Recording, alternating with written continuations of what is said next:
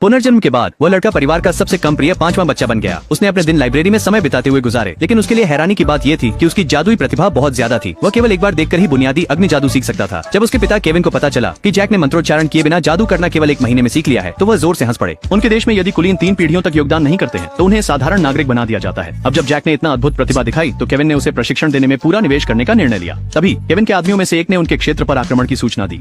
Kevin सैनिकों के साथ जल्दी से चले गए। इस बीच जैक पीछे की पहाड़ी पर जादू का अभ्यास कर रहा था। जब उसका सामना आक्रमणकारी रेमंड से हुआ, जैक शामिल नहीं होना चाहता था और वापस अभ्यास करने चला गया। जैसे ही वह जाने वाला था, रेमंड ने पूछा कि क्या वह जादू का प्रशिक्षण तेजी से करने की एक चाल सीखना चाहता है। रेमंड ने फिर एक साथ 5 अलग अलग तत्वों के जादू किए, जिससे जैक का ध्यान आकर्षित हो गया। जैक ने उससे सिखाने के लिए कहा। रेमंड ने जैक से कहा कि वह जमीन पर एक साथ एक वर्ग और एक वृत्त खींचे। अगर वह ऐसा कर सकता है, तो दोनों हाथों से 2 अलग अलग जादू करना उतना ही आसान होगा।